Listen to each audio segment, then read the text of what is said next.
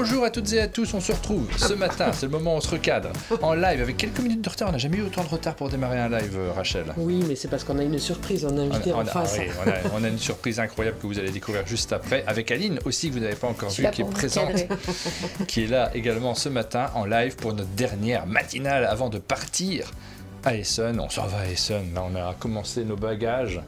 Vaguement. Moi, j'ai fini. Toi, tu as fini. Bah oui, bah heureusement. Ouais, hein. Nous, on n'a pas tout à fait fini, mais on a énormément travaillé pour préparer cette semaine où on n'est pas derrière nos ordi. Donc, on a essayé de bien bosser pour que vous ayez plein de vidéos pendant la semaine et vous aurez plein de vidéos pendant notre semaine pour pouvoir regarder des jeux pendant que nous, on s'amuse follement en Allemagne. On mange des saucisses et on achète des jeux de société qui arriveront un petit peu après. Et des gâteaux de Noël allemands. On va acheter des gâteaux de Noël allemands. Ouais. C'est dans la liste d'Aline. Le programme de cette matinale, vous le voyez indiqué en bas de l'écran. Nous avons, on est en train de vous dire bonjour, on vous parle de la semaine d'un monde de jeux, donc ça va aller assez vite. Juste après, on se retrouve avec Johan pour vous parler. Johan Levé qui est là, qui va vous faire un coucou. Tiens, Johan, je vais te mettre à l'écran pour que tu fasses un coucou aux gens. Alors attends, c'est quel bouton déjà plus? Ça doit être celui-là, je crois. Ah, tu veux faire un coucou aux gens. Les gens te voient. Mais on va commencer par parler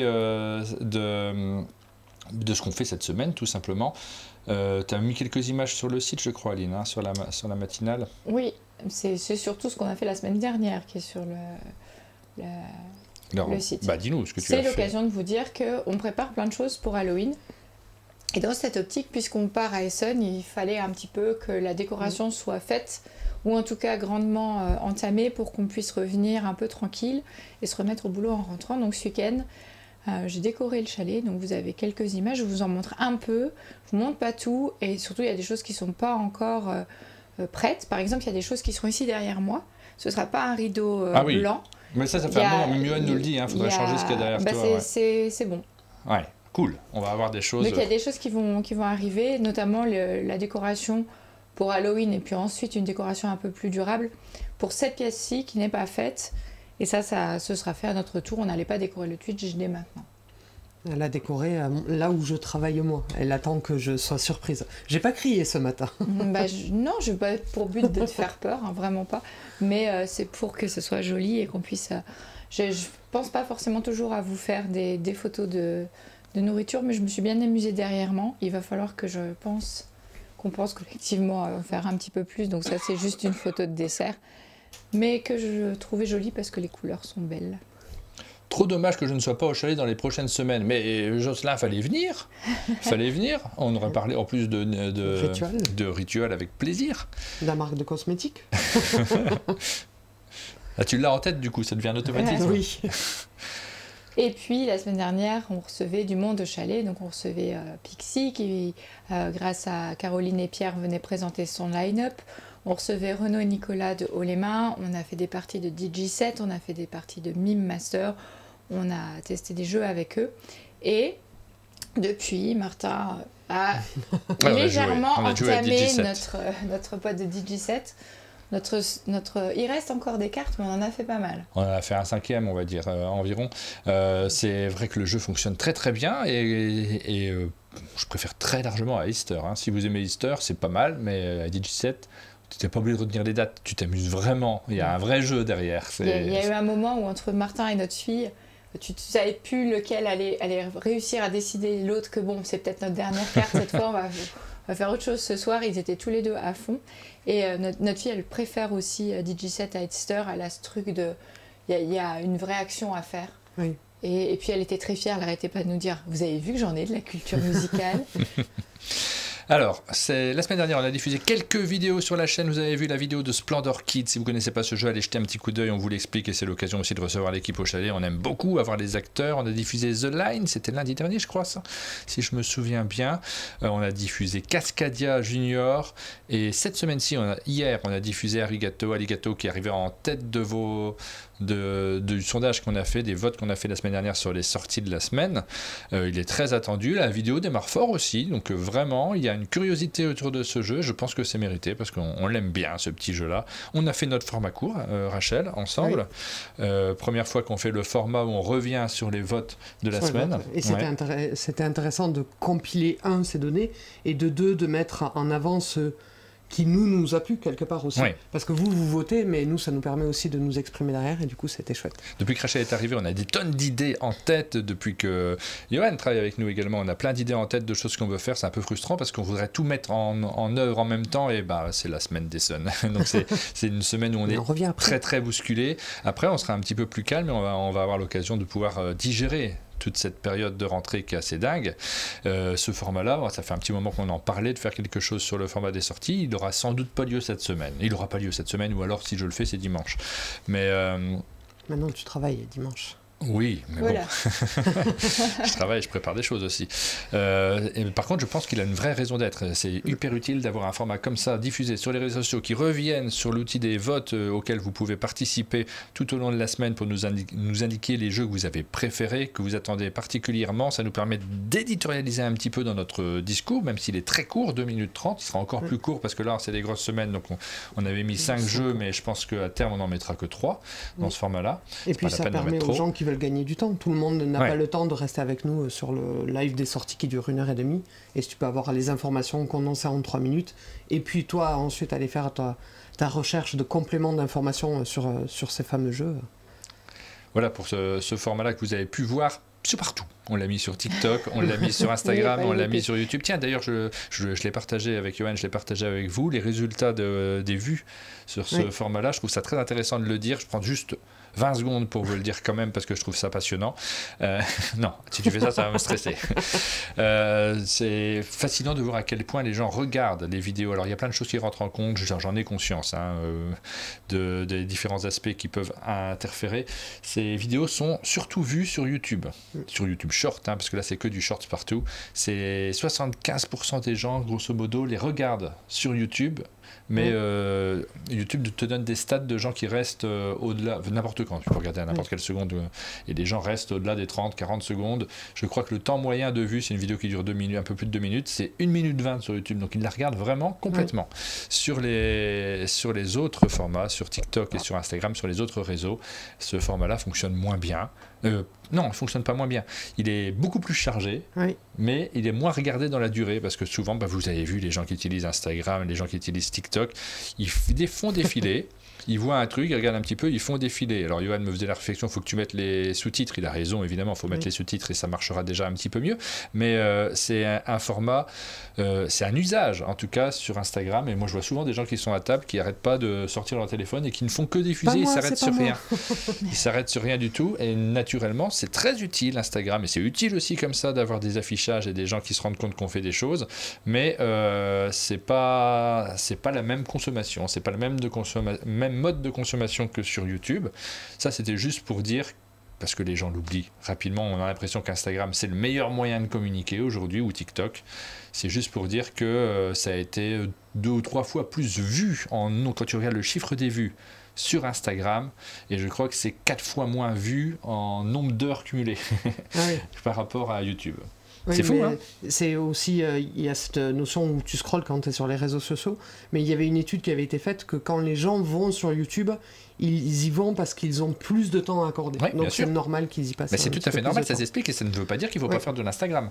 Ça signifie simplement qu'on est concentré sur les vues, sur le chiffre global des vues, et pas tellement sur la qualité de ces vues. On n'y pense pas tant que ça, et quand on veut communiquer, notamment sur un jeu de société, parce qu'on ne vend pas du dentifrice, on a besoin de capter... Non mais c'est vrai, on a besoin de capter du temps d'intelligence, pas simplement du temps de... Tiens, j'ai vu passer un truc. Capter du temps d'intelligence, c'est un beau slogan quand même.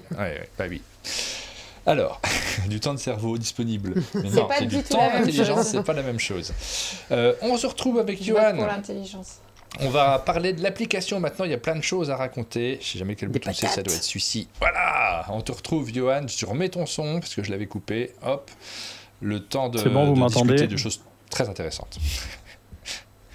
On se retrouve avec toi. Alors, il y a plein de choses à annoncer. Il y a des formats qui vont arriver, des visuels qui vont arriver, que j'ai pas du tout travaillé sur les visuels que tu m'as demandé ce week-end parce que j'ai pas eu le temps. Mais ça va arriver. Ouais. En fait, on voulait officiellement lancer la saison du bingo. Donc, vous savez qu'on prépare un bingo pour Halloween, le 31. De toute façon, on dit plus l'automne, on dit la saison du bingo maintenant. Oui, complètement. Et j'ai préparé, comme je le disais, la partie émergée de l'iceberg, c'est-à-dire la gestion des cartons de bingo dans l'application. Et du coup, on va tout simplement inaugurer cet aspect-là. Je demande à Martin quand même si je peux activer les notifications pour... j'avais oublié ça. Comme ça, c'est fait. Vas-y, active. Allez, hop. Comme ça, on dit merci à tous ceux qui nous ont fait des petits dons dans le week-end. Donc, merci à tous. Ils vont apparaître en bas à gauche. Moi, j'ai un décalage, je vois pas, je peux pas commenter. Et donc, parallèlement, je vais ouvrir la partie bingo dans le menu. Donc c'est fait. Donc vous pouvez aller dans l'application, dans umdj.fr. Vous faites un petit rafraîchissement si vous y êtes déjà. Vous allez voir un nouveau petit menu apparaître au milieu. C'est le petit fantôme qui représente le bingo Halloween. Et dedans, vous allez pouvoir aller récupérer votre premier carton de bingo parce qu'évidemment, il n'y a aucune obligation de dépense de patates ou d'achat. Vous avez automatiquement un carton de bingo qui vous est offert. Donc allez le réclamer, ce carton de bingo, et vous pouvez même vous familiariser avec l'interface. Vous pouvez cocher les petites cases, etc. Et puis c'est tout. On vous expliquera plus tard. Déjà, je crois que les choses qu'on peut dire, c'est que vous aurez en tant qu'abonné tous un carton de bingo en plus, et évidemment vous pourrez dépenser des patates pour en avoir d'autres. On n'a pas encore totalement défini le prix, mais voilà, ce sera possible. Et juste pour information, c'est peut-être Rachel qui va nous le confirmer, il y a énormément de lots à gagner, donc vraiment ça va être un événement à ne pas rater. Il y a plus de 40 jeux à gagner, mais pour le moment on vous laisse un petit peu la surprise. Ouais. Alors pendant ce temps-là, moi j'étais en train de régler pour essayer de me le montrer parce qu'en vrai j'avais pas prévu d'avoir à la fois la visio et de montrer. Il y a plein de trucs à faire sur un live, ça paraît évident pour ceux qui regardent, c'est facile, mais en vrai on pense pas du tout. Enfin, je ne pense pas du tout à tout. Je pense qu'il y a des gens qui sont beaucoup plus doués que moi pour montrer des choses en même temps. Hop, regardez, hop, je vous montre l'application. La voici. Et donc sur cette application-là, ça y est, on a accès au bingo. Là, c'est le petit fantôme qui est juste ici, là. Voilà. Qui brille. On voit pas ma souris sur l'écran, mais c'est pas grave. Peut-être si je fais ça, voilà, là on la voit. Et on la voit en même temps sur la tête de Johan. C'est super. Et là, voilà, allez, sur le côté. On va cliquer ici et vous avez la possibilité de récupérer une grille de bingo. Donc si je clique, je l'ai déjà. C'est ça, Johan ? Ouais, c'est ça. Si ça marche, j'ai ma première grille de bingo. Alors, elle est nominative, d'une certaine manière. Elle est que à moi, c'est-à-dire que les autres n'ont pas la même grille. C'est la grille numéro combien ? Je n'arrive pas à lire, mais... Vous êtes déjà quelques-uns à l'avoir récupéré. Vous pourrez en avoir plusieurs, c'est possible. Donc, déjà la 65, dis donc. Il n'y a pas de limite au nombre de grilles qu'on peut avoir ? Pour l'instant, j'en ai prévu 5000, mais je pourrais en rajouter si besoin, mais à mon avis, j'ai prévu large. Non, mais par personne, je veux dire. On peut en avoir plusieurs par personne. Ah oui, on pourra en avoir autant qu'on veut. Est-ce que 5000. Je rajoute un assistant pour cocher les cases ou pas ? Je verrai, c'est des décisions qu'il me reste à prendre. Donc il y a plein de trucs qui sont arrivés sur l'application ces derniers temps, vous le voyez, il y a toujours la boutique, vous pouvez passer par la boutique. Il y en a certains qui, comme on a fait le changement la semaine dernière, le fait de passer par une notification via Twitch, il y en a certains qui ont eu des difficultés à se connecter, mais ça se résorbe dans l'ensemble. J'ai l'impression que le nombre de votes ne diminue pas trop, donc dans l'ensemble vous avez accès à peu près tout. Vous pouvez regarder nos vidéos directement sur l'application, donc vous voyez les dernières, il va en arriver plein cette semaine des vidéos justement, donc si jamais vous êtes à Essonne, que vous ennuyez dans la file d'attente, que vous avez la flemme de charger YouTube, vous pouvez directement utiliser l'application pour pouvoir vous connecter. Et puis bien sûr, vous pourrez voter aussi pendant les files d'attente sur les... Moi, j'ai pas fait mes votes de la semaine dernière d'ailleurs, donc je pourrais les faire. Ceux de la matinale Pixie, j'ai pas voté. J'ai pu penser derrière. Pardon Rachel. C'est pas très corporate, il a pas voté. Allez, je vais le faire, évidemment. Voilà pour cette application, ce bingo donc qui se rajoute. On lance les votes sur le bingo. Et quel est le jeu qui est à gagner cette semaine pour la tombola de fin de semaine, Rachel ? C'est ce que les gens ont vu en publicité au lancement. Ça sera un Seven Wonders Dice pour la semaine de sa sortie. Elle était ultra courte la pub, du coup j'ai laissé celle de la semaine dernière en bonus. En me disant, c'est trop court, j'en rajoute une. Voilà pour le programme de cette semaine. Merci beaucoup, Johan. Je ne sais pas si tu avais d'autres choses à raconter. Vous, Essonne ? Non, c'est bon, on se voit demain ou après-demain. Ouais, tu pars quand là ? Aujourd'hui même ? Non, nous on part jeudi soir. Mercredi soir, pardon. Comment on fait mercredi soir demain si tu pars jeudi ? Mercredi soir, je pars. Voilà. Bon, on va se croiser de toute façon, Edson. N'hésitez pas à nous à passer un moment avec nous si vous nous voyez dans les allées. On a quelques bricoles à faire sur place, mais pas tant que ça. Donc on aura du temps aussi à vous consacrer et ça sera un plaisir de vous voir sur le salon. On a plein de choses de toute façon à vous présenter, plein de choses à teaser. Tu prends des pins toi, Aline, hein, c'est ça? Oui, je prends des pins, des cartes roi et reine, des patates, ce genre de choses. J'aurai des petites choses dans mon sac à dos. Ah oui, on voyait pas les notifications, je sais pourquoi. Oui, on voyait pas les notifications parce que je les ai pas fait sur cet écran-là. Donc ça a tourné. Oui. Je suis bête, hein. Bah, je les réactiverai. Celles qu'on a ratées, je les réactiverai pendant le live discrètement. Merci beaucoup pour tout ça. Si vous voyez que les notifications ne s'affichent pas en début de chat, dites-le moi, faites-moi coucou en disant Martin, on voit pas les notifications. Je vois mon avatar qui s'affiche à l'écran. Tellement de trucs à régler. C'est une usine à gaz, un monde de jeu aujourd'hui, mais on n'est pas des ouvriers. Non, on y va avec plaisir à l'usine. Hein. C'est le bonheur d'aller à l'usine. Merci beaucoup, Johan. Je te rends ta liberté. Merci. Si tu veux faire tes bagages. Et puis à très bientôt. Ciao, Johan. Ciao tout le monde. Alors, on va continuer cette matinale en parlant cette fois-ci des sorties. Je n'ai même pas avancé le menu. C'est super agréable quand même de se dire on est une équipe de 4 et on vous raconte les choses à 4. Ouais, c'est agréable. C'est confus de mon côté des fois. 4, mais là, on était 4. C'est confus de faire... J'ai toujours du mal ça, à faire live et visio en même temps, alors que c'est super utile. J'aimerais bien pouvoir le faire, mais c'est une question d'habitude aussi. Quand c'est la première fois qu'on fait un système, ça marche jamais très très bien. C'est le moment des sorties de la semaine. Là, je mets le bon menu cette fois-ci. J'ai même pas regardé les gens qui se sont connectés sur l'application ce matin. On va remercier quand même les gens qui sont en ligne. Est-ce qu'il y en a qui ont renouvelé leur abonnement? Ben oui, c'est le cas de Pasuline. C'est Pauline avec un Z mélangé au milieu. Aline Vedburg nous a suivis, je sais pas qui c'est. C'est pas drôle. J'ai oublié mon mot de passe, j'ai dû me refaire mon compte. Il n'y a pas du tout le moyen de récupérer son compte quand on n'a pas son mot de passe. Ça n'a jamais fonctionné sur Twitch. Les moyens de récupération, peut-être qu'elle a changé de numéro, entre-temps une adresse email. Non, j'ai tout tenté. Ouais. Enfin, tout ce que je pouvais tenter, je l'ai tenté. Et pourtant, je suis sûre et certaine de mon mot de passe. Oui. C'est exactement ça, le pseudo vient d'une faute de frappe d'une amie, nous dit Pasuline. Eh ben, ça sonne très bien, moi j'aime bien Pasuline, je trouve ça mignon. Je vais remercier aussi ceux qui nous ont soutenus via l'application, parce que vous savez que vous pouvez vous abonner toujours via cette application. Je cherche où c'est, voilà, c'est ici. Vous voyez les messages qui défilent. Si jamais vous nous faites un petit don là ce matin pendant la matinale, on verra votre avatar, comme c'est le cas de Fab M44 là qui s'affiche ce matin. Il s'affiche longtemps. Il s'affiche longtemps, je pense que c'est Yoann qui vient de le réactiver peut-être. Donc merci beaucoup à Fab M44 qui nous a soutenus.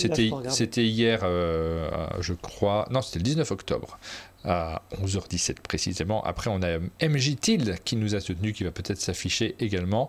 Benoît K 421 et puis Petite Loutreuse Joueuse et ce matin Maîtresse Aline qui nous a envoyé un petit don, qui s'est abonné à la chaîne tout simplement. Merci beaucoup à ceux qui s'abonnent et qui nous permettent de réaliser ces émissions ensemble et de vous parler justement des sorties. On va passer sur ce format-là, des sorties de la semaine. Alors casse-tête cette semaine parce qu'il y a énormément de sorties, je crois que c'est le record peut-être de l'année. Mais on va les passer très vite, donc attention, défi. Ça va, en termes de vote, c'est peut-être un peu moins élégant. Mais on peut peut-être le faire en 2 fois en conservant l'onglet. Si demain, lors du test, on continue les matinales. On peut éventuellement... Pardon. On peut éventuellement, parce que demain matin, on testerait bien d'essayer de faire un live à l'hôtel. On n'aura pas encore atteint Essen. On sera sur la route. Donc ça sera assez rigolo. Ça sera l'occasion de parler. Ça sera moins propre que de le faire ce matin, forcément, avec notre configuration habituelle. Mais voilà, on peut tout à fait. L'onglet, il est prêt. Hein. De toute façon, c'est sur le site internet. On va donc parler de quelques jeux qui sortent et on va vous faire voter. On commence par lequel? Hop. C'est toi qui choisis. C'est toi qui nous drive. Bon, petite extension de Forémi. Je vous fais pas voter pour celui-là. Ah non, c'est pas une extension. C'est pas une extension. Alors je vous fais voter pour celui-là. C'est pas une extension.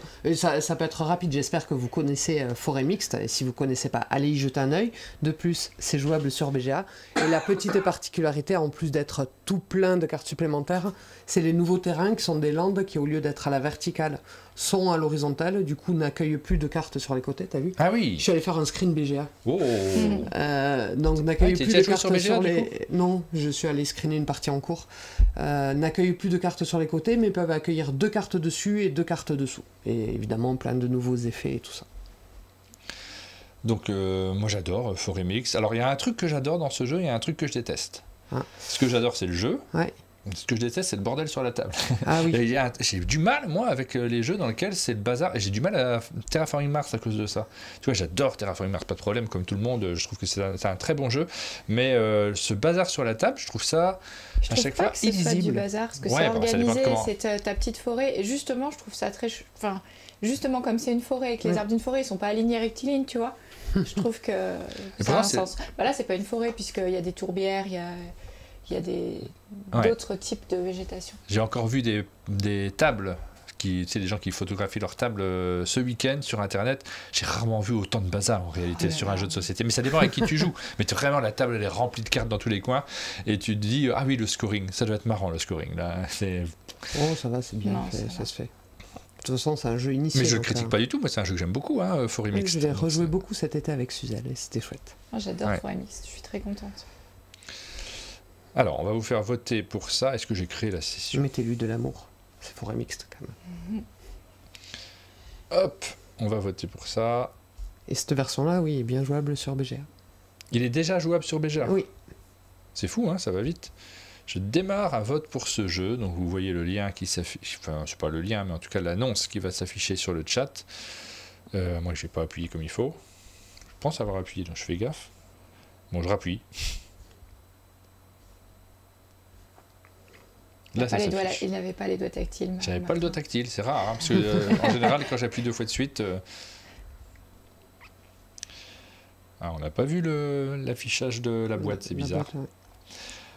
Donc voilà, ça c'est le premier jeu dont on vous parle. Vous avez la petite iconographie qui s'annonce. Je regarde un peu si on a oublié un truc sur cette fiche. Non, j'ai l'impression que tout y est. Pardon, je tousse un peu.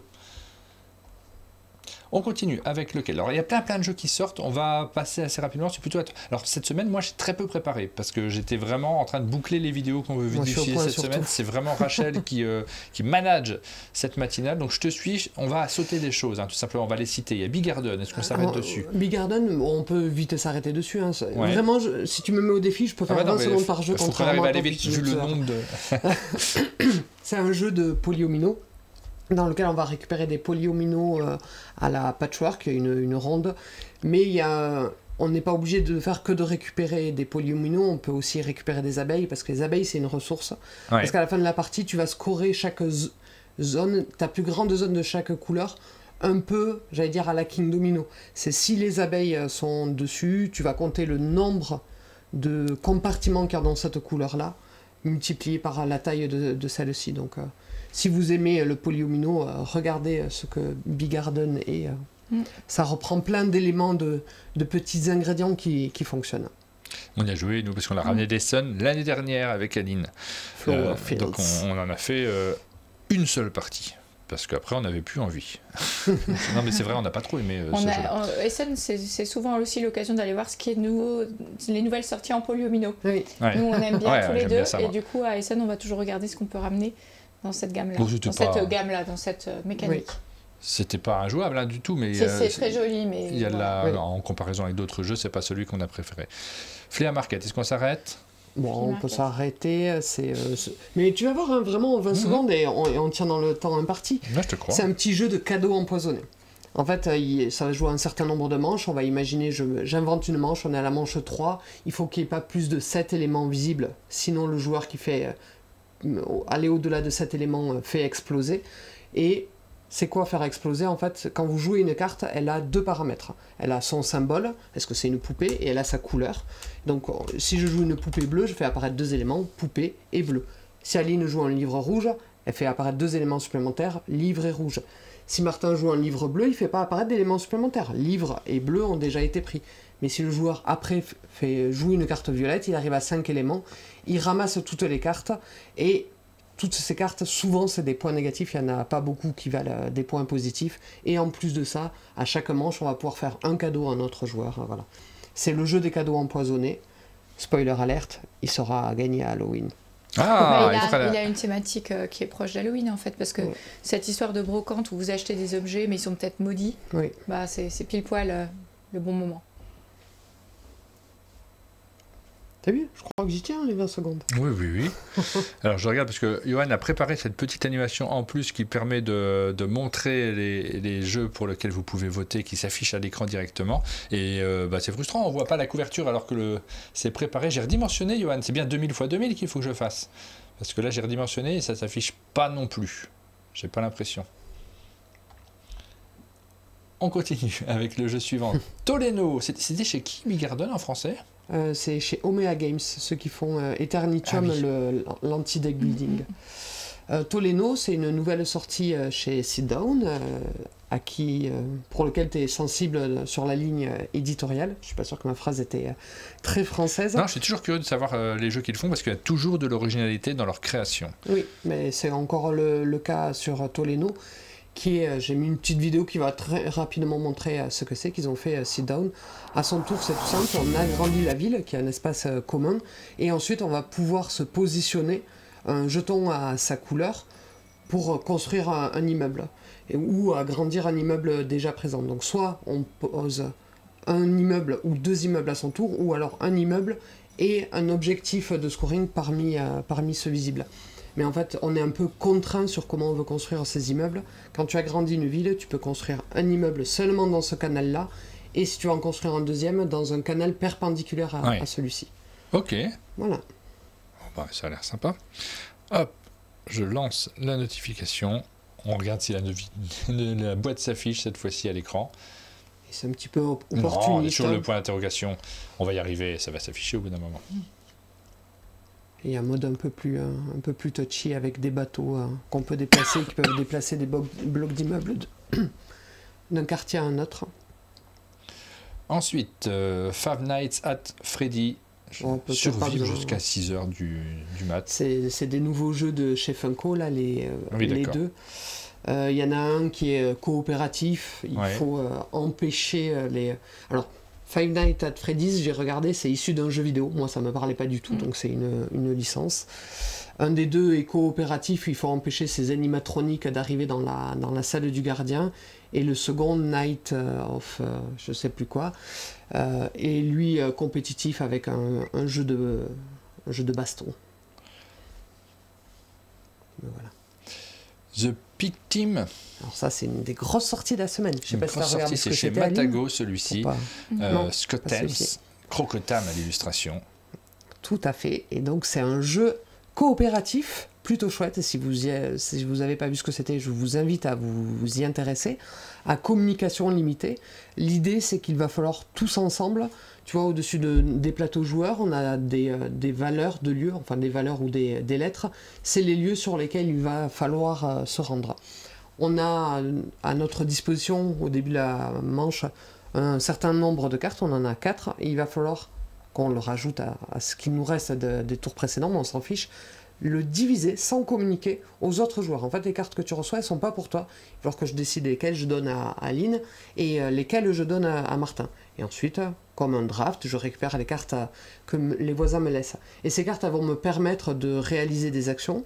Je vais pouvoir les utiliser de différentes manières, soit pour me déplacer, il y a différents... C'est un lieu de géographie un petit peu. Il y a des chemins à pied, il y a des chemins où on prend par la rivière, et il y a des chemins, je sais plus la thématique, des chemins de différentes couleurs. On va pouvoir observer les animaux, parce que c'est aussi une condition sine qua non, mais surtout se rendre sur les lieux pour lesquels j'ai des missions. Quand tu vas dans les parcs des rangers, tu reprends des cartes missions et tu les donnes aux joueurs. Donc tu essayes un peu de te rappeler ce que tu leur as laissé, etc. C'est vraiment... Si vous aimez les jeux coopératifs... jetez-y un œil, c'est vraiment prenant.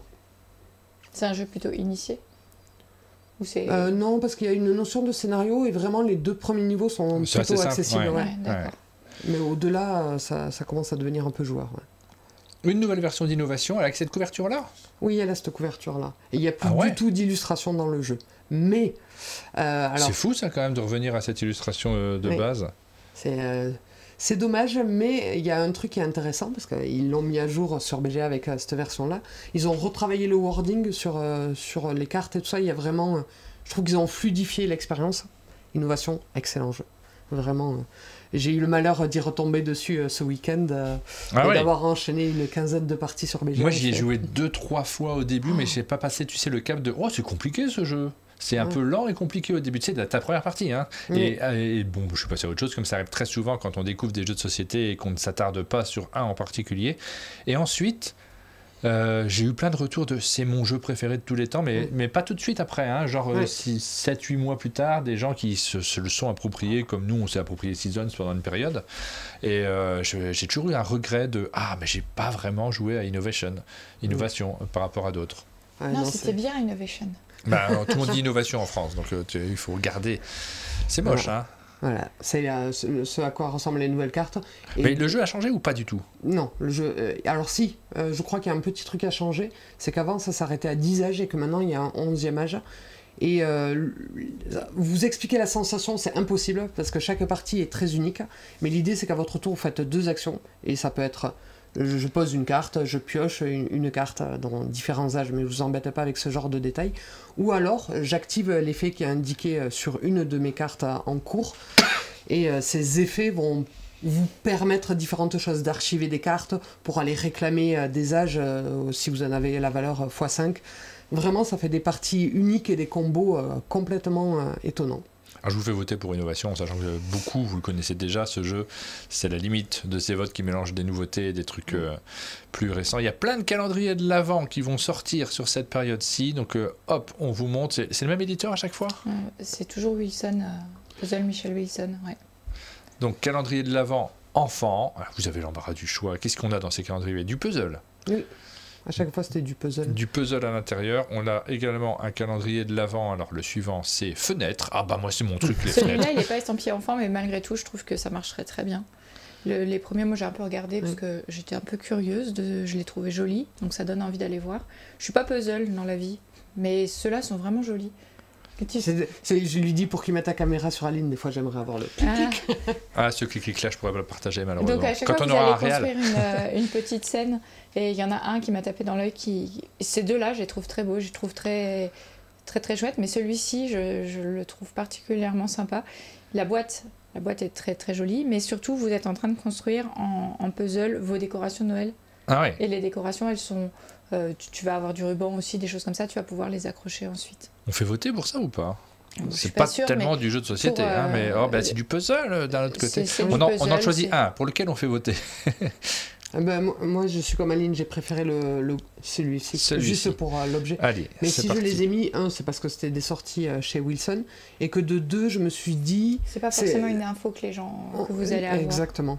C'est un produit un petit peu original quand même. Mais nous on s'intéresse à plein de choses, on fait des minutes culturelles, donc on s'intéresse à plein de choses.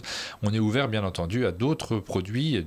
Dans les sorties, on se limite sur les jeux de société souvent. J'ai vu un truc, d'ailleurs, en regardant hier, j'ai vu un truc qu'on n'a pas mis, mais qui est une sortie chez Djeco aussi. Ils ont une nouvelle gamme qui arrive, mais ils ont aussi, vous savez, ces petits book nook qu'on voit et qu'on construit pour mettre dans notre bibliothèque. Et il y en a qui sortent d'ailleurs chez BlackRock, des choses comme ça que tu vas construire toi-même. Il y a une version un peu enfantine chez Djeco où tu vas construire des petites scénettes avec un petit personnage. C'est chou au possible. C'est vraiment adorable. Ok. Ensuite, on continue avec Heatherstone. On a eu l'occasion d'y jouer à celui-ci. On manque un petit peu de temps pour jouer pour l'instant. Mais t'inquiète pas, Rachel, t'es venue pour jouer essentiellement. On a joué, elle arrive et on joue pas. On a joué, t'exagères. On a joué. Heatherstone, s'il fallait faire une comparaison pour que vous puissiez le mettre dans une case, je dirais que c'est un Res Arcana, quelque part. Oui. Un Res Arcana où on essaye d'avoir le plus de points à l'issue, à la fin de la partie, mais une des particularités, donc vous verrez très fort le parallèle avec Res Arcana, c'est qu'on a commencé la partie avec 7 cartes, nous on a juste fait la partie d'initiation, et déjà la partie d'initiation, elle était pas simple, et avec nos 7 cartes, on va essayer de trouver les meilleurs combos pour fabriquer un moteur, pour marquer des points de victoire. Et à son tour, soit on va récupérer des dés pour récupérer des ressources. D'ailleurs, on a fait une petite erreur de règle. Quand on récupère le dé violet, on perd des points de victoire. Ah oui. J'ai relu les règles. Bah oui. Ou alors on pose des cartes et elles coûtent des ressources pour les invoquer. Soit on fait leur effet, soit on attaque des cartes qui s'appellent des cartes menaces de mémoire qui rapportent des points, mais mettre un moteur en place avec juste les 7 cartes qui nous sont fournies en début de partie. Je crois que c'est sur ce jeu-là où je suis tombé sur une émission de Pénélope où elle s'énervait sur le thème du jeu. C'est vrai que la thématique, Oui. on comprend rien du tout, mais le jeu, bon, c'est plutôt sympa. On est dans une catégorie qui est un peu connue, hein. Il y a beaucoup de jeux dans cette catégorie-là aujourd'hui, mais ça marche bien. Oui. J'ai cité Pénélope parce que je suis plutôt d'accord avec elle, hein, sur ce plan-là. Le Château Blanc Duel. T'as lancé les votes de celui-là? Oui. Ben oui. Pardon. Malédiction. Comment On n'en parle pas. Attends, je ferme mes fenêtres. Je ferme aussi Château Blanc Duel. Château Blanc après Hearthstone. Ah, Malédiction, oui, c'était avant. Bah, on verra juste après. Donc on a commencé Château Blanc. Je peux pas m'interrompre. Hein, on est en plein dedans. Et Château Blanc Duel, j'ai pas joué, mais bon. Voilà, une version à 2 de Château Blanc qui a remporté l'Azor Expert. Ouais. Et il y a un tout petit peu plus d'action. J'ai vu que ça se jouait, alors j'ai oublié le nombre, mais ça se joue en 2 manches. Et sur chaque manche, on a 6 actions. Et le petit twist qui est rigolo, c'est qu'à son tour, on a des petits jetons. La première manche va consister à placer ces jetons et à réaliser les actions sur lesquelles on se place. Et à la seconde manche, on va pouvoir récupérer des jetons, qui sont pas forcément, puisqu'ils sont pas à ta couleur, qui sont pas forcément ceux que tu as placés. Parce que quand tu les places, tu as une contrainte. Au début, la case, elle a une couleur. Ça doit être d'une couleur différente de la case. Et ensuite, si tu le mets en hauteur d'une couleur qui n'est pas encore présente sur la pile, et à la récupération, tu récupères bien ce que tu veux. Mais cette histoire de placement et d'enlèvement m'a bien excité à la lecture des règles. Oui, j'ai dit excité. Comme un bandinator. I'm excited. Voilà, pour ce jeu qu'on attend forcément avec impatience. Ouais. J'avais bien aimé, moi, Château Blanc, donc je suis curieux de jouer à celui-là. Vraiment, ça fait partie des jeux que j'attends particulièrement. Dites-nous si c'est votre cas également sur le chat. Ah, il y a un suspense pour savoir quels sont les 3 jeux qui vont arriver en tête du podium sur cette semaine-ci. Donc vous m'avez dit Malédiction, j'avais sauté par-dessus sans faire exprès. Malédiction, donc on est à un jeu de Charlie Pink et Mélanie, illustré par Mélanie Freddy. Et c'est un jeu de pli. C'est Game Factory, donc c'est distribué par Gameworks, j'imagine, celui-ci. Par BlackRock. Et c'est un jeu de pli dans lequel l'atout n'est pas défini. On tire une carte qui déterminera l'atout. Et c'est un jeu de contrat. Moi, j'adore les jeux de contrat, donc j'ai envie d'essayer, même si le meilleur, ça restera Skull King. Une fois que vous avez reçu votre main, que vous voyez l'atout, vous prenez une carte.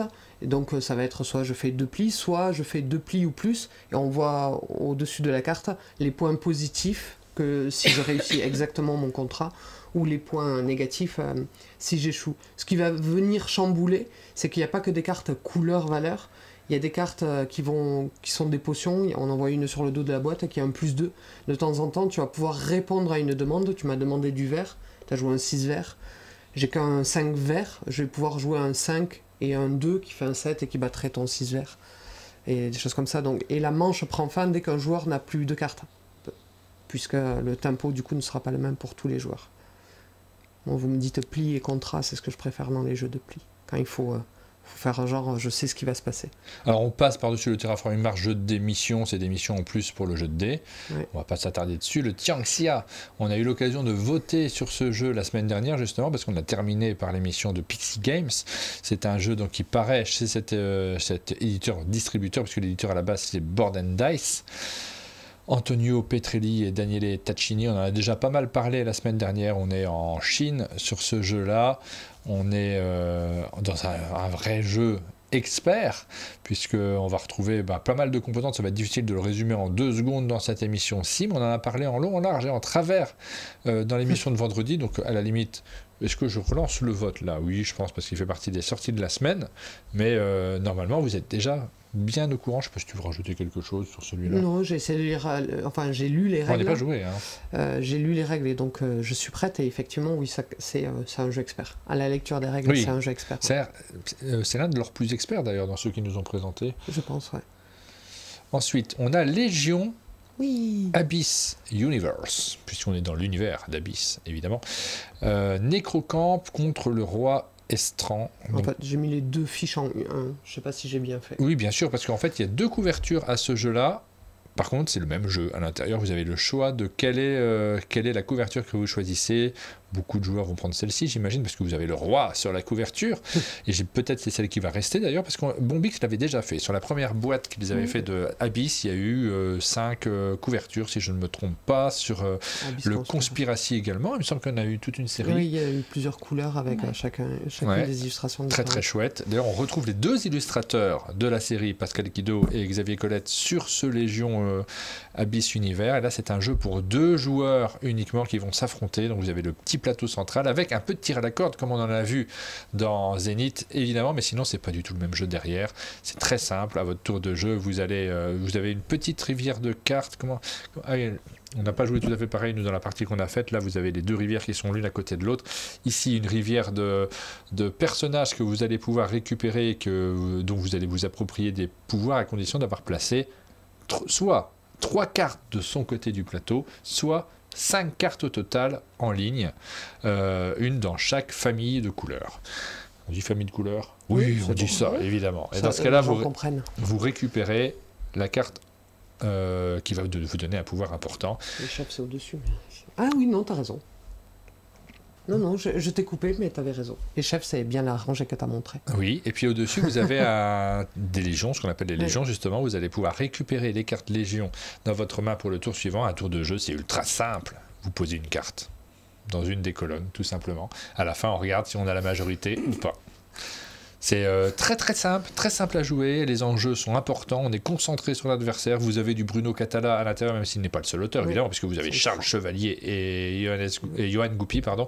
Pourquoi je dis Bruno Catala? C'est pas du tout pour exclure les 2 autres, hein. Au contraire, chacun apporte sa part à la création de ce jeu, mais on le sait dans les jeux à 2 de Bruno, parce qu'il en a commis d'autres comme Seven Wonders Duel et quelques autres, vous avez des conditions de fin de partie notamment qui sont ultra simples et qui créent aussi de la tension, cette tension qu'on maîtrise en permanence dans la partie, de soit il y a un petit scoring de fin de partie, soit attention, c'est ça qui nous stresse quand on joue à Légion, le premier joueur qui arrive à obtenir 4 drapeaux remporte immédiatement la partie, donc ça crée aussi une surveillance en permanence en cours de partie, il peut se passer des choses. J'aime bien ces sensations là dans ces jeux là. C'est pour ça que ici j'ai vraiment hâte d'y rejouer.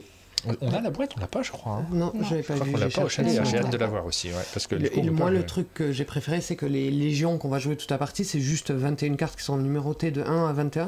Mais quand on choisit en simultané, qu'on révèle, le plus petit pose et reprend une carte au marché, le plus grand pose en suivant, prend une carte au marché, mais va avoir l'opportunité d'attaquer son adversaire. Avec la carte qui est cachée là. Avec la carte qui n'a pas été choisie. Celle qui reste, exactement. On ne va pas rentrer plus dans les détails, je crois qu'on a beaucoup fait sur ce jeu. C'est une petite mécanique à la Haru Ichiban, ça.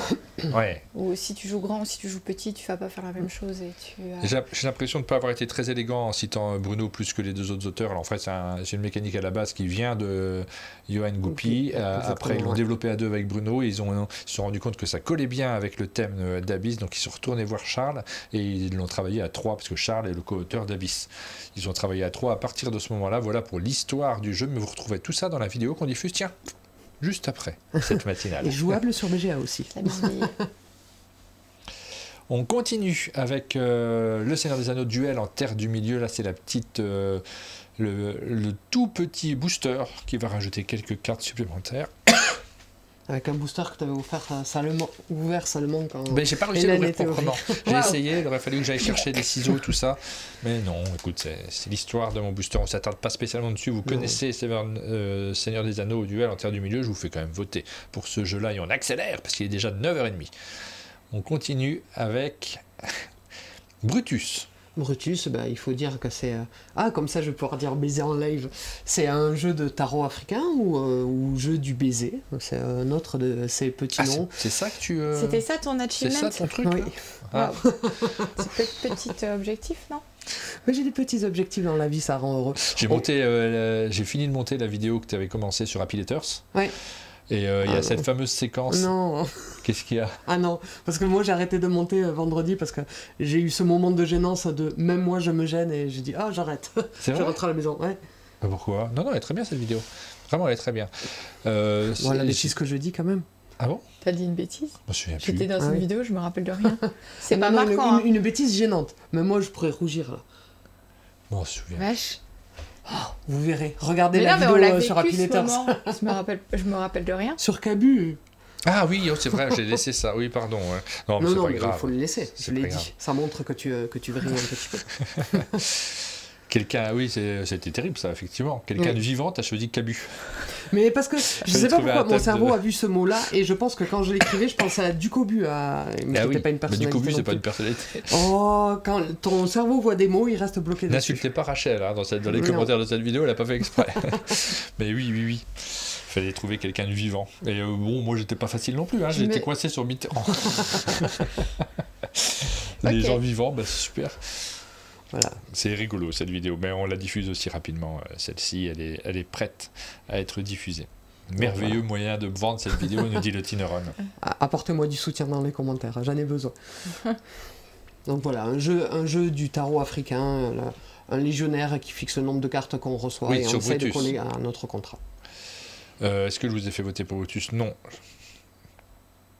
On continue avec La Fabrique. La Fabrique, c'est chez Yellow. Ce jeu-là, on l'a présenté lors de la matinale Yellow. Donc plein d'auteurs sur ce jeu dans lequel on va se raconter une histoire. On a déjà vécu ça dans, par exemple, Storybox. Et un autre jeu dont on va parler cette semaine aussi. Donc on se raconte une histoire en retournant, mais cette fois-ci ce ne sont pas des images, ce sont des icônes. Donc on se débrouille pour inventer une histoire à partir des icônes. Et la spatialisation rentre en compte également dans ce jeu. Félicitations. Oui, et puis aussi toute l'interprétation qu'on va faire de ce symbole un peu stylisé, où on peut voir un verrou comme une valise, comme un sac Hermès. Enfin, c'est à vous de voir ce que vous allez... oui. Moi, je vois tout de suite un sac Hermès. Ça, c'est moi, ça. Moi, c'est un verrou. C'est vrai qu'instinctivement, je vois un verrou. J'ai vu un sac, moi, je t'avoue. Après... Et là, en dessous, ça, c'est le sourire du chat du Cheshire, évidemment. Et ça, qu'est-ce que c'est, ça? De la mousse à raser? De la chantilly? Du dentifrice. Du dentifrice. C'est pas de la vapeur au-dessus d'une tasse de café, ça? Non, pour moi, c'est clairement la chevelure de Donald Trump. Et on peut faire ça dans la partie. C'est autorisé si ça vous aide à raconter des histoires. C'est même... il faut, parce que ça va vous permettre de mémoriser aussi. Oui. Et il y a des questions de position relative aussi autour de la table. On se souvient en fonction de sa place, mais si on change de place, qu'est-ce qui se passe? Il y a ça. Et puis il y a des manches avec des semaines qui nous imposent des contraintes comme tourner le plateau par exemple et foutre en l'air tout ce que tu avais mémorisé.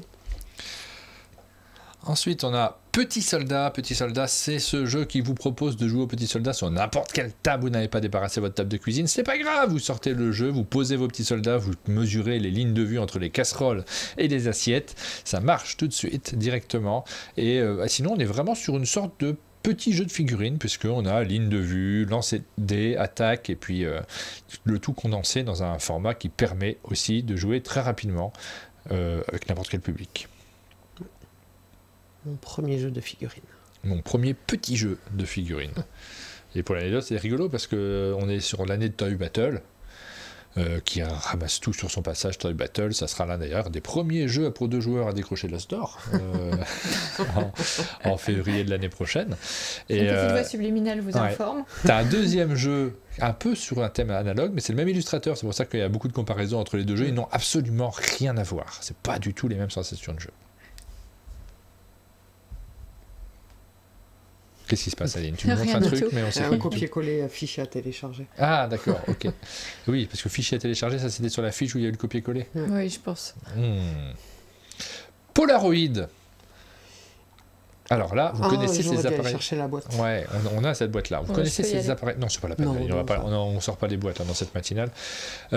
Ces appareils photo qui vous permettent d'obtenir directement l'impression. C'était incroyablement révolutionnaire quand c'est sorti. On a tous fait des photos un peu moches parce qu'il faut dire que les photos ont leur cachet particulier. Je sais que sur le chat, les gens vont me dire: oh, mais j'aime tellement le charme des Polaroid. Ouais. J'ai un Polaroid à la maison. C'est quand même souvent très moche les photos du Polaroid. Il dit même ça, si... mais c'est le premier qui a racheté un Polaroid. Exactement celui que vous voyez là, le vintage collector machin. Mais qui est dans la boîte, hein, d'ailleurs. Il y a cet élément-là dans la boîte. Alors, c'est un minuteur. C'est un simple petit minuteur qui est à l'intérieur et vous allez jouer avec des photos qui sont présentes dans cette boîte-là. Vous pouvez même rajouter vos photos de Polaroid si vous le voulez. C'est même un ajout qu'on conseille si vous en avez un parce que ça crée des possibilités supplémentaires. Chaque photo devient le début d'une histoire mémorable. Là aussi, on est dans un jeu dans lequel on va dérouler des histoires et essayer de s'en souvenir. Ouais, c'est ça. Voilà. On est dans un schéma qu'on a déjà vu, avec un matériel qui est différent. Et le matériel est vraiment sympa. Hein. C'est ce qui fait tout l'intérêt de ce jeu Polaroid. Voilà pour celui-ci. On arrive à aller assez vite, mais il y en a tellement des jeux qui sortent cette semaine. Elixirus. Aucun rapport avec Elixir. Non. C'est un jeu de récupération de ressources, de validation de contrats. Sur son plateau, on a des potions qui nous disent ici, je voudrais du bleu, et de course, puisque tu essayes de terminer tes potions avant les autres joueurs. Comment tu récupères tes ingrédients dans la forêt? On va chacun son tour placer des ouvriers, et ça m'a rappelé à Manit, à la lecture des règles. Si je me mets sur le premier emplacement, je pourrais récupérer qu'un ingrédient. Si je me mets sur le second emplacement, je pourrais récupérer 2 ingrédients, mais je passerai après celui qui s'est mis sur le premier emplacement. Le troisième emplacement permet de récupérer les miettes, mais donne accès à des petites actions, donc on essaye de récupérer ces ingrédients. Certains valent plein de points, d'autres en font perdre, et avec cette notion de course. Voilà, c'est un petit jeu, celui-ci je ne le connaissais pas, donc je le découvre ce matin en matinale, comme vous tous. Et vous allez quand même pouvoir voter pour ce jeu, évidemment.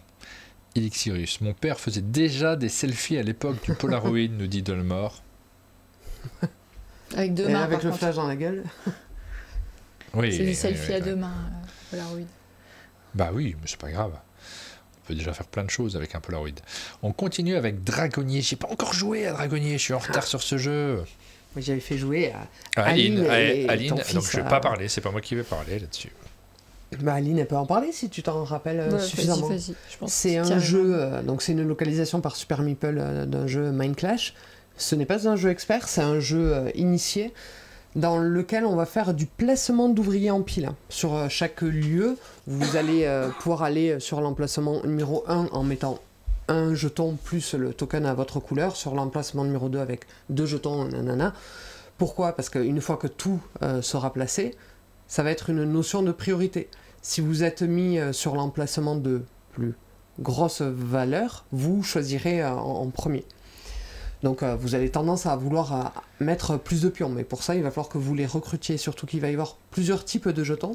Il va y avoir les jetons gris une fois utilisés, c'est des recrues, c'est des noobs, ils sont malheureusement défaussés à la fin de la manche, mais il y a ceux qui sont spécialisés, il y a 3 couleurs, malheureusement chaque spécialité ne peut aller que dans certains lieux. Si tu recrutes qu'une couleur, bah, tu vas être coincé sur 2 lieux. Ces cartes que tu récupères, c'est du scoring de différentes manières. Il y a des dragons, il y a des héros, il y a des réserves. Les réserves, on va pouvoir les associer aux dragons, ça permet de gagner des points. Mais les héros, si vous les associez à des dragons, parce qu'en fait on essaye de sauver sur une île imaginaire des dragons de braconniers, vos héros, quand ils sont associés aux dragons de la même couleur, 1, ça vous donne une petite asymétrie, une petite capacité spéciale, et 2, un scoring en fin de partie. Donc il y a un tempo sur chaque manche, puisque la manche s'arrête quand 4 jetons spéciaux ont été récupérés. Vraiment, jetez-y un œil. Moi, j'avais beaucoup aimé, et surtout quand on m'avait dit le prix, parce que j'avais joué à l'époque de Néoludis, je crois que ça vaut 39 €. Pour l'abondance de matériel qu'il y a, à notre époque, c'est vraiment pas cher. Oui. Moi, j'ai très hâte d'y jouer. En fait, ça me fait vraiment envie. La thématique, l'esthétique du jeu et la promesse que tu viens de nous raconter. Également, ça me crée des envies sur ce Dragonnier. Vous pouvez voter pour ce jeu. Le jeu suivant, tu le connais, Aline, puisqu'on y a joué ensemble en matinale. Oui. On a eu l'occasion de se lancer dedans, dans celui-ci, puisqu'on a eu la chance de recevoir un trafin, Giordino, qui est venu... Giordano, n'importe quoi, pardon. Giordano, qui est venu ici, derrière la table, pour nous le présenter, et on a passé un très bon moment, on s'est bien amusé. Déjà sur Avicii, on s'était bien marré à le faire. Ouais, c'est rigolo, c'est un petit côté frénétique, puisque tu vas essayer de placer rapidement des cartes sur la table, tu as un timer, donc ça va très vite, tu essayes d'orienter les faisceaux pour aller taper les autres sans te taper toi-même. Tu essayes de placer en même temps des boucliers qui vont te protéger, mais qui sont sur des cartes qui ont des faisceaux, donc il faut faire un petit choix hyper rapide de est-ce que je me protège ou est-ce que j'essaye de viser. On pose, on essaye de faire au mieux. On ne sait pas exactement, à vrai dire, si on a réussi ou pas. Il y a un ordre de résolution en fonction de la force des vaisseaux.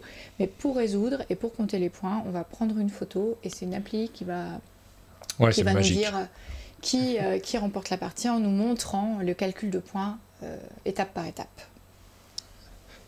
C'est assez magique. Je tousse un peu ce matin. Ça fait 3-4 jours que tu tousses un peu. Non, en fait, ça fait 3-4 jours que je suis un petit peu patraque. Et en fait, là, ça va beaucoup mieux. Mais dans ces cas-là, ça se transforme en tout. Mais c'est exactement, c'est ça que vous attendiez. C'est cette anecdote. Exactement pareil que l'année dernière à Essen. Tu choisis de tomber malade avant. Bah ouais, mais ça va. Hein. Vraiment, si les maladies étaient comme ça, c'est cool. Hein. Franchement, pas de problème. Donc ça, c'est Lightspeed Arena. Tu as pas joué, toi? Non. Non? T'as envie de jouer? J'ai envie, oui. Ouais. Vous m'avez... Ouais, j'ai envie de jouer. Quand j'ai vu la matinale. Tellement nul à ce jeu que j'ai envie d'être bon. Et du coup, ça me frustre. Ce qui est marrant, c'est que tu as l'impression que tu vas pas maîtriser grand-chose. Mais quand même, il faut quand même noter que je gagne à chaque fois. Bah oui. Donc, il doit quand même y avoir une petite maîtrise. Bah évidemment qu'il y a de la maîtrise. Au contraire même, c'est vraiment technique comme jeu. On est dans les jeux techniques. Voilà, c'est ça. C'est un jeu vraiment technique. Aquaria. Donc, oui, il faut jouer avec Martin, il se tire sur lui-même. J'ai joué avec Giordano également, celui-ci, Aquaria. J'ai eu la chance de pouvoir faire une partie. On est dans un jeu de gestion. C'est plutôt... Je suis quand même expert, je pense. On est allant sur de l'entrée de l'expert parce que ça reste relativement accessible. Vous allez construire votre aquarium avec un petit système où on va se déplacer. En fait, là, vous voyez de très loin le petit plateau central. C'est un pentagone dans lequel vous allez pouvoir vous déplacer d'une case ou deux pour aller essayer de réaliser les actions qui sont disponibles sur cet emplacement-là. Donc, il y a une gestion du déplacement. Et derrière ça, ces différentes actions vont vous permettre de rajouter des petits éléments dans votre plateau. Ce plateau, c'est un tableau à double avec une abscisse et une ordonnée. Et en fonction des emplacements sur lesquels vous vous mettez, vous allez pouvoir récupérer des bonus. Ça te fait rigoler, abscisse et ordonnée? Non, moi j'aime quand on utilise des mots mathématiques. Bah ouais, mais en vrai, c'est clairement ça. Hein. Oui. Tu sens le jeu hyper mathématique. Tout est calculatoire à l'intérieur. Et dernier élément, on a un petit plateau ici. Tu sais comment il faut parler à Rachel Follier. Bah ouais, abscisse. Congru modulo. Ouais, voilà, c'est ça. Plus le mot est compliqué, plus Rachel elle se tortille. On n'a pas beaucoup de visuels là-dessus pour vous montrer très clairement comment le jeu fonctionne, mais si on aime la gestion, c'est assez agréable. Ça marche bien, franchement, Aquaria. C'est pas ébouriffant, mais ça marche très bien. Tu n'y as pas joué, toi, Rachel? Non, mais j'ai lu les règles. J'aurais dû être là quand il y avait un trafin. Il me semble qu'on l'a au chalet, je suis plus sûr. Mais parce que je suis au point, ça y est. Avec la gestion de l'oxygène et les trucs qui tournent et tout ça, j'ai envie. Étrangement, voilà. C'est solide ce jeu-là. Alors c'est pas ébouriffant, t'as pas une surprise de te dire oh j'ai jamais vu ça. Non, t'as déjà vu à peu près tout ce qui est à l'intérieur. Mais de temps en temps, c'est bien aussi de faire un jeu où t'es dans un terrain connu, même si t'es dans l'eau un petit peu ici quand même malgré tout, et de voir comment tu arrives à réagencer des choses que tu connais pour pouvoir faire le meilleur score possible. Ça reste un jeu de gestion, donc là. Ça s'adressera aux joueurs de jeux de gestion. On a 2 jeux enfants là? 3 jeux enfants. Attention, c'est parti pour le tunnel. C'est la nouvelle gamme de dés de chez Djeco qui sera agrandie au printemps et Djeco viendra nous rendre visite pour vous la présenter, cette gamme plus en détail. Ah, très chouette. Il y a un truc avec cette gamme, c'est que quand tu ouvres les boîtes, en fait, il y a une piste de dés à l'intérieur. La boîte sert de piste de dés et elle a un revêtement feutrine. Ah ouais, on peut voir ça peut-être dans la petite vidéo. Je vais lancer la petite vidéo pour voir si on a... Oh, regardez, là on est en hélicoptère. Je fais le bruit de l'hélicoptère. Celui-là, il me tape dans l'œil. Je trouve les illustrations magnifiques. C'est très simple, mais je sais pas, il y a un côté, voilà, vous voyez, vous avez des petites... Ouais. Il y a pour 3 tranches d'âge, et celui-là c'est avec un peu de stop ou encore. Est-ce que tu t'arrêtes? Mais il y a des cartes méchantes, regarde. Ça tu vois que c'est une carte méchante. Ah bah oui, le poisson il est mort. Et les souris, elles vont venir te chipper des ingrédients. Et donc le deuxième jeu de cette nouvelle collection, c'est SOS Mission. Donc là aussi, jeu de dés pour enfants. Ouais, c'est ça, c'est plutôt vers le Yams que ça tend celui-là. Oui, celui-là je me suis dit c'est un peu Roi et compagnie. Oui, c'est ça, le jeu chez Abba. Tu lances des dés, il y a plein de cartes. Il y a celles qui sont rigolotes où tu essayes d'éteindre des incendies, juste de faire des seaux d'eau. Et celles un petit peu plus complexes, les animaux offrent un scoring un peu différent. Parce que le lore, c'est que vous essayez de Vous êtes un petit pompier, vous essayez de sauver un refuge animalier qui a pris feu. Et le troisième. Vous voulez sauver les animaux. La troisième sortie de Djeko, c'est Pirate and Dice. Alexis Allard et Romaric Galoni, on connaît ces auteurs, dites-moi. C'est un duo qui, à chaque fois, c'est chouette. Ouais, celui-ci, oui, c'est du Yams, mais où les autres te regardent faire ton lancer, ton pari, et on peut parier sur Martin, il va pas y arriver, je le sais. Mais et si j'ai raison, je gagne des points, sinon j'en perds. Ah, c'est rigolo ça. Bon, on est toujours curieux de jouer au jeu de Romaric et Alexis. Voilà pour ces 3 petits jeux de Djeko. On va vite ce matin, mais on est obligé d'aller vite. Il y a tellement de sorties cette semaine. Cascadia Junior, ça fait partie de tes gros coups de cœur de la période, Aline. Ouais, j'ai trouvé ça très chouette. Je trouvais que c'est une très belle adaptation pour les enfants. Vous allez composer votre petit diorama et vous allez poser dessus les animaux pour composer votre paysage, oui, tout simplement. Oui. Et vous le faites en essayant de comboter les couleurs, les personnages, et essayer de récupérer un maximum de points. Je trouvais ça super simple et en même temps profond. J'ai vraiment... Ouais, rien que la composition, et t'imagines que les enfants ils vont faire arriver leurs animaux, raconter des petites histoires, les cacher dans les fourrés. Très chouette. On a fait une vidéo sur le jeu, vous pouvez voir ce que ça donne. Elle a été mise en ligne juste là, non ? Ouais, la semaine dernière. Donc Cascadia Junior, effectivement, j'ai eu un commentaire sur cette vidéo d'ailleurs de je sais plus qui a laissé ce commentaire tout à fait justifié d'ailleurs. C'est commercial. Pardon ?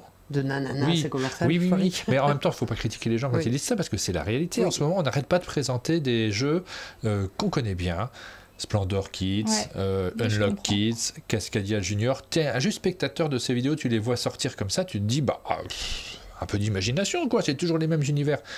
On comprend complètement que les éditeurs fassent ça. Ils ont des grands classiques, ils développent leur gamme, on est dans un domaine commercial malgré tout, et cette critique, elle est justifiée, mais cette démarche, elle est justifiée aussi de la part des éditeurs. La problématique derrière, c'est s'agit-il de bons jeux ? C'est la question qu'on se pose, nous, quand on joue au jeu derrière. Il faut reconnaître que le Splendor Kids, par exemple, n'a rien à voir, ou très peu à voir, un petit peu, évidemment, le thème, les ressources qu'on va récupérer, mais la mécanique, elle est complètement différente derrière. Donc c'est une création. Le Splendor Kids, c'est vraiment une vraie bonne façon de faire comprendre aux enfants ce que c'est que la planification.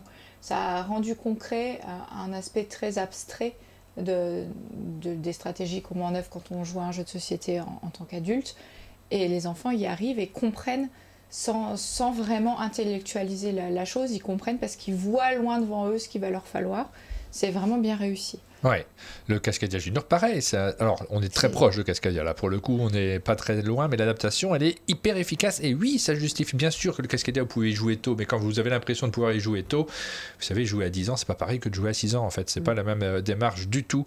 Et sur ce Cascadia, vous pouvez vraiment l'introduire auprès de plus jeunes et après les emmener peut-être plus tard vers les autres Cascadiens. Le petit diorama, je trouve que c'est une idée géniale. Oui, il y a de très bonnes idées dedans. Et ce que moi j'aime dans le diorama, au-delà de l'étape créative, c'est la surprise en fait de ces points de victoire dont tu connaîtras la révélation qu'à la fin. En fait, ça m'a fait le même effet qu'avec King Domino Junior Dragomino.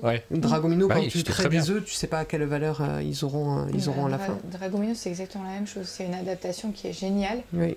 Franchement, Dragomino, je crois que ça reste un des jeux enfants que j'aime le plus. Oui, parce que lui, il change complètement. Dragomino, il y a vraiment quelque chose de fou parce que tu t'attends C'est facile de refaire King Domino, mais ils ont vraiment changé le jeu derrière et la proposition d'Oulas d'Or derrière obtenue, elle change de... C'était l'Azur ou c'était le Spiel Les deux. Les deux. Les deux, ouais. Donc très gros succès sur ce jeu-là. À Cascadia, c'est chouette aussi, donc c'est plutôt une bonne nouvelle et il n'y a pas de raison de ne pas le dire dans ces cas-là, même si effectivement vous avez compris le volet commercial, c'est normal que les éditeurs essayent de continuer leur gamme. Oui, on le voit rien qu'avec la gamme Asmodee Kids, mais il y a de la réflexion dans la création des jeux, en tout cas dans Cascadia Junior et dans Splendor Kids, je trouve ça particulièrement réussi. Et pour répondre à Arrive Synode, Dixit qui est très bien aussi. Oui. Je sais plus si c'est 6 ans ou 7 ans, mais si Lucky Duck avait eu son mot à dire, ils auraient aimé l'appeler Cascadia Famille. Parce que oui, c'est à partir de 6-7 ans, je sais plus quel âge exactement, mais même des gens non-joueurs, Cascadia, pour moi c'est un sacré casse-tête parce que ça me frustre, on me dit il faudrait que tes buses elles se fassent face à face, tout n'est pas faisable et j'ai du mal à lâcher prise sur Cascadia. Donc, oui. Parce qu'il y a des choix, tu es obligé d'abandonner des choses. C'est le cas aussi là, tu vas voir que tu vas pas pouvoir tout faire. Oui. Mais je pense que les enfants ont moins de mal que nous à abandonner une option. Oui.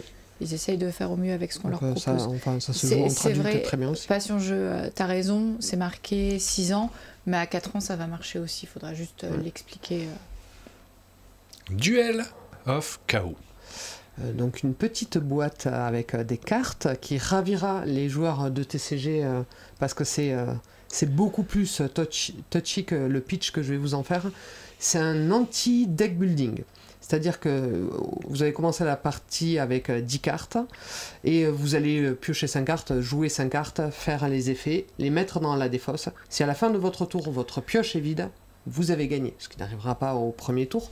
Mais si ce n'est pas le cas, vous allez mélanger votre défausse et la remettre sur votre pioche. Donc vous recommencez à chaque fois avec votre quantité de cartes. Vous allez chercher dans les cartes que vous achetez à chaque tour à acheter des effets qui vous permettent de piocher, regarder votre pioche, la réorganiser, défausser, détruire.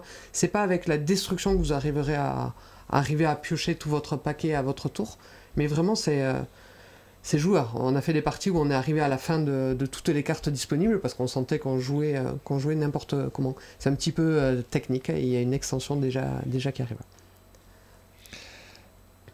Ensuite, on continue avec un des jeux les plus attendus, j'imagine, cette semaine, on verra vos votes, mais je l'avais déjà annoncé une semaine précédente par erreur, mais non, c'est bien cette semaine que sort Seven Wonders Dice, c'est la version jeu de dés du classique d'Antoine Boza, illustré par Agnès Ripoche. Alors je dis la version jeu de dés, c'est complètement un nouveau jeu.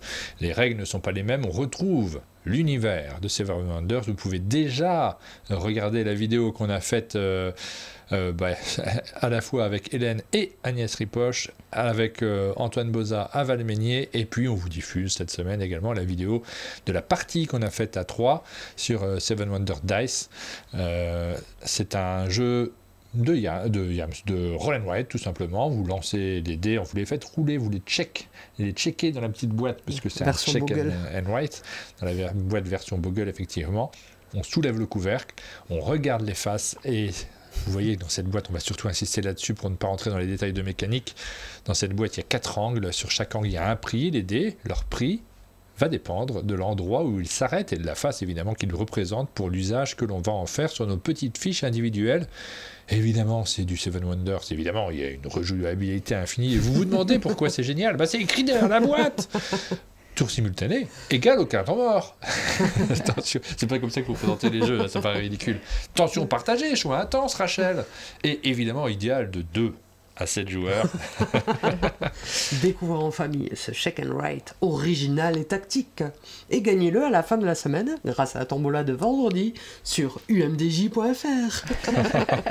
Ça fait trop commercial, là, clairement. Mais bon, les joueurs qui aiment Seven Wonders sont curieux évidemment de le découvrir. C'est pas une. Je pense que ça s'adresse pas le dos de boîte, ça s'adresse aux nouveaux joueurs. Ouais, mais c'est pas simple à faire comme jeu pour Antoine. Il nous a expliqué qu'il lui a fallu 7 ans pour le faire, ce jeu-là. On se rend pas compte en fait à quel point un jeu, ce qui nous paraît simple nous quand on y joue, parce qu'on est en terrain inconnu d'une certaine manière, mais n'est pas aussi évident pour un auteur de le développer, de le mettre en place et puis de vous le proposer derrière. C'est l'une des sorties importantes, j'imagine, de cet automne. On verra en fonction de vos votes, évidemment. Naishi, Légende des voyageurs, c'est une petite extension pour le jeu Naishi. Je n'ai toujours pas joué, moi. Je l'ai, mais je n'ai pas joué encore. Mathieu Berry et Alex Fortino. À chaque fois, tu vois, quand les jeux sont. En fait, je l'ai reçu, je l'ai récupéré, mais genre un mois après la sortie. Oui. Donc, il était sur ma pile et il y a tellement de choses urgentes à faire qu'il attend depuis un moment. Il n'y a pas grand chose à en dire, c'est des nouvelles cartes, c'est un petit booster. Des nouvelles cartes, on va remplacer les cartes de développement du jeu de base par des cartes qui sont des légendes. Et les voyageurs, c'est un nouveau type de carte qui, quand vous le récupérez, il va y avoir un jeu de tir à la corde sur une carte d'auberge qu'on voit tout en haut, qui rapporte la première fois que vous la prenez 4 points, la seconde fois 7 points, mais si le joueur vous la reprend, vous perdez vos points, bref. De nouvelles cartes, de nouveaux effets de placement. Oh, et on termine avec... C'était trop commercial ? Non, mais on n'est pas commerciaux du tout dans cette matinale. Il n'y a vraiment pas du tout d'aspect commercial dans notre façon de présenter les jeux.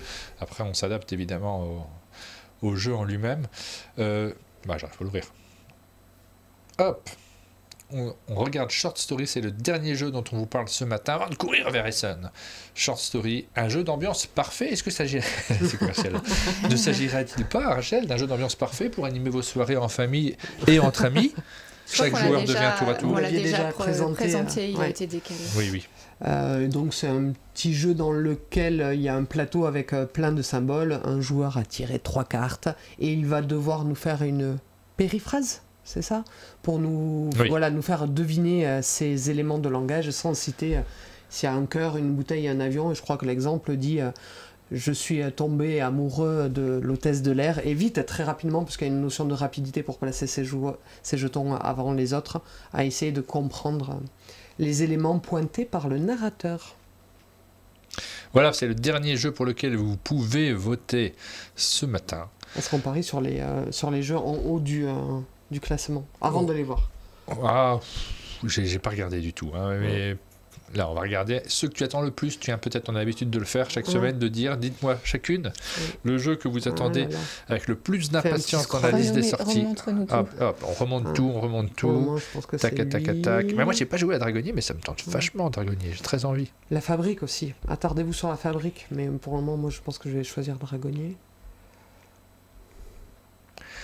C'est long, hein. Innovation. Bah ouais, mais c'est une redite, là tu triches, c'est pas un jeu de 2025. Il faudrait un remix de Dartmoor, j'ai envie aussi. Je sais pas ce que ça vaut, Toleno, tu vois, j'en sais rien.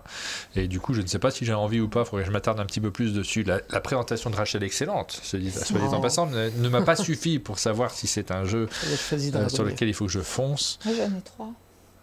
J'ai très envie de jouer à Forêt Mixte. Je pense que c'est la plus forte envie. J'ai bien aimé La Fabrique, et puis évidemment j'ai trouvé Cascadia très bien. Et là les gens ont terminé leur vote et regardez, ça défile en bas de l'écran. Tout le monde s'achète des tickets de tombola pour essayer de gagner son Seven Wonders Dice. J'ai vu plein d'annonces de personnes qui s'achetaient leurs petits tickets de tombola. Ils ont dépassé les 20, forcément. Vous avez eu l'occasion de voter. Et alors, de mon côté, moi, j'ai Légion, que j'aime vraiment beaucoup. Donc, ça me plaît bien. J'ai envie d'y rejouer. Et puis, derrière, Dragonnier, j'ai hâte de le découvrir, celui-ci en particulier. Et puis, peut-être Tanxia, quand même. Je suis un gros joueur, moi, à la base. Donc, voilà. Voilà pour cette semaine. On va découvrir ce que vous nous avez indiqué. On regarde après la minute culturelle. Moi, j'en ai pas noté cette semaine. J'ai pas pensé, moi. Ouais, mais j'ai pas mal de trucs. C'est Aline qui va occuper l'espace. Ne vous inquiétez pas. Petite minute culturelle d'Aline et on regarde vos votes juste après. Si tu peux juste me descendre l'écran et l'afficher, ce serait plus simple. Alors attends, je vais essayer de descendre l'écran. Ah non, je tentais une blague, tu sais, une blague visuelle. Plein de petits débuts de choses cette semaine. On a continué à regarder The Morning Show, c'est la saison 4, mais c'est toujours intéressant de voir ce regard hyper direct sur la façon dont a été traitée l'actualité à la télévision, puisque la saison 4 de Morning Show, qui est l'histoire d'une chaîne télévisée aux États-Unis, elle revient sur le traitement des Jeux Olympiques de Paris. Okay. Donc vraiment c'est très récent, et à ce regard-là, la petite nouveauté de la saison, c'est aussi l'arrivée de l'actrice française, puisqu'il y a Marion Cotillard dans la distribution maintenant, donc je continue à suivre cette série, même si ça ne fait pas du tout partie de mes coups de cœur, mais je la trouve toujours intéressante. J'ai commencé Watson, je ne sais pas du tout quoi en penser, jusqu'à présent c'est plutôt le thème, qui est une sorte de Sherlock Holmes et Watson récente, mais focalisé, et c'est assez rare, sur le personnage de Watson. L'idée c'est que ça se passe après la mort de Sherlock Holmes, ensuite en Suisse, dans les chutes, et que Watson se réveille de ce sauvetage raté qu'il a fait de Sherlock Holmes en sautant derrière lui dans les chutes, et il se réveille et Holmes n'est plus là, et il va continuer son travail de médecin en le faisant à la manière d'une enquête. Ça flirte un peu avec le Dr House, puisqu'on est tout le temps dans une résolution d'un cas médical, pour lequel on va faire des brainstorming, des investigations pour comprendre ce qui s'est passé. On est assez proche de Dr House, mais à chaque fin d'épisode, on n'en a vu que 2 pour le moment, il n'y en a que 2 disponibles, on a un petit rappel de la thématique holmesienne, et on voit Moriarty, on voit des choses, on se doute que ça va se mettre en place. Et puis avec Martin, on a regardé les 3 premiers épisodes saison 1 de American Horror Stories, qu'on avait complètement loupé, qui est des épisodes uniques, qui sont à la sauce de American Horror Story, Là, c'est Stories. Chaque épisode est indépendant des autres.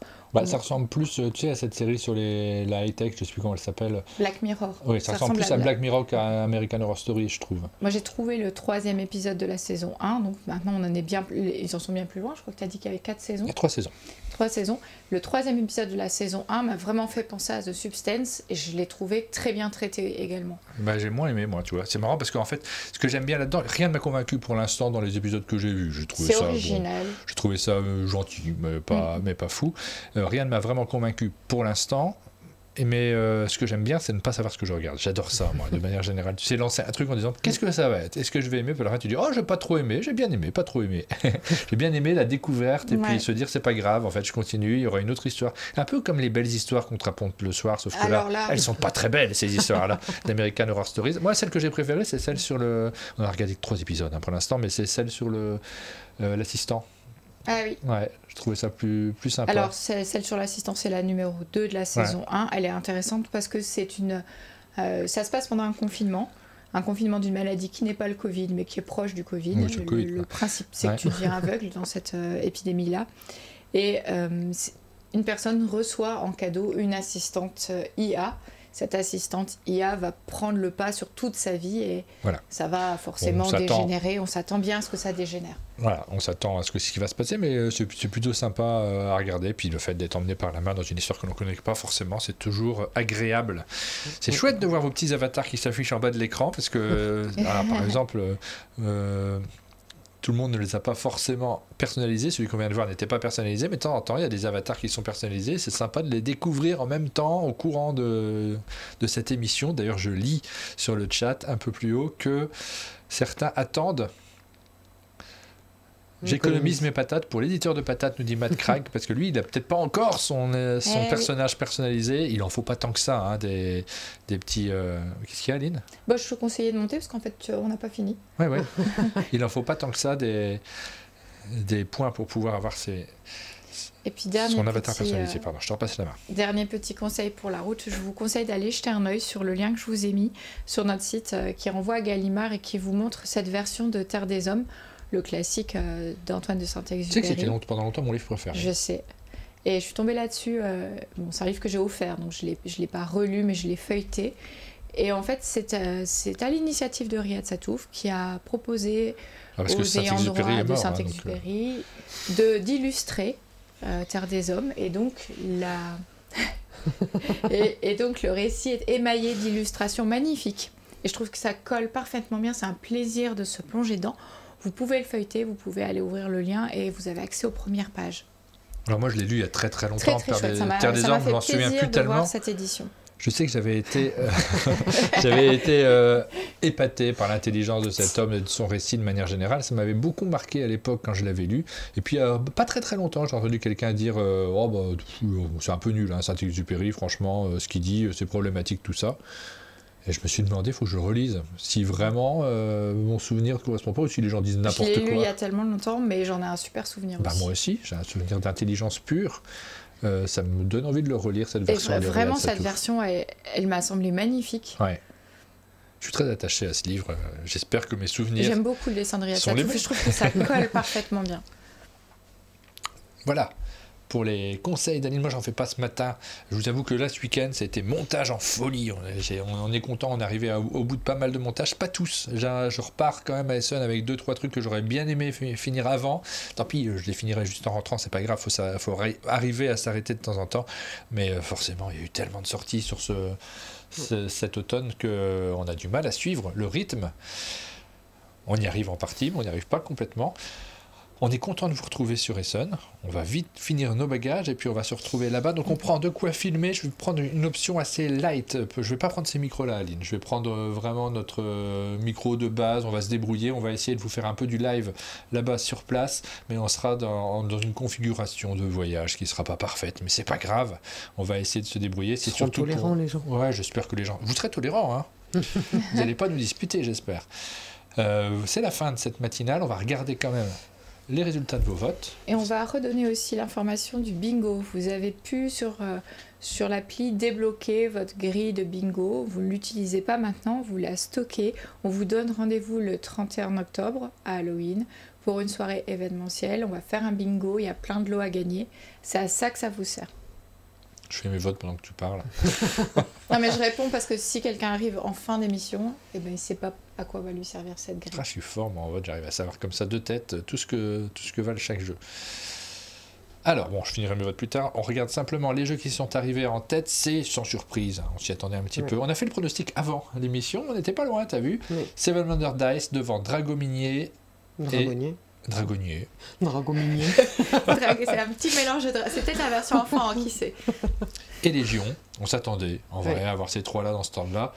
Bah, les voilà, mais voilà, même pas de surprise. 5, il y a eu la petite logique. extension de Duel en terre du milieu en 4e position, les Châteaux Blancs Château Duel Blanc, en 5e position. On a envie d'y jouer évidemment.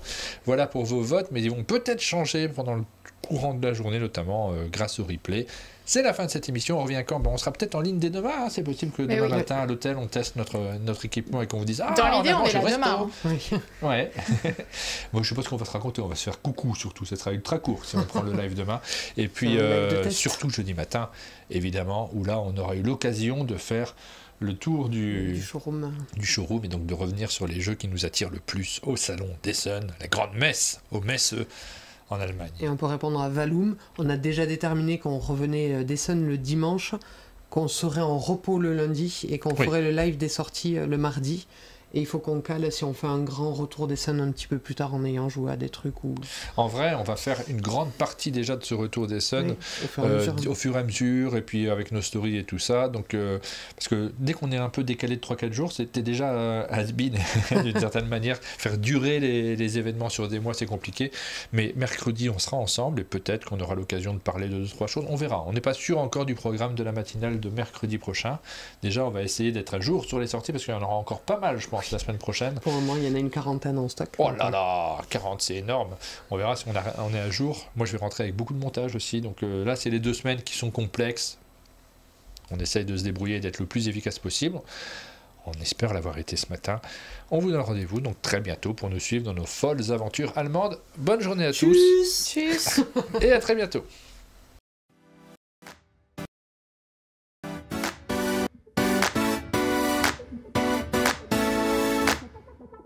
Thank you.